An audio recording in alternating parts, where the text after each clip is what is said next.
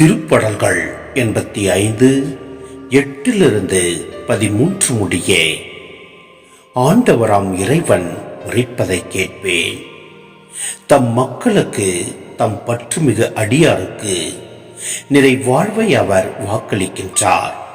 அவர்களோ மடமைக்கு திரும்பிச் செல்லலாகாது. அவருக்கு அஞ்சி நடப்போருக்கு அவரது மீட்பு அண்மையில் உள்ளது என்பது உறுதி. நம் நாட்டில் அவரது மாட்சி குடிக்கொள்ளும். பேரன்பும் உண்மையும் ஒன்றை ஒன்று சந்திக்கும். நீதியும் நிறைவாழ்வும் ஒன்றை ஒன்று முத்தமிடும்.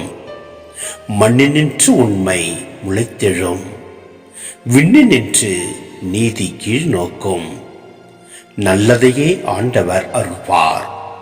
நல் விளைவை நம் நாடு நல்கும். நீதி அவர் முன் செல்லும்.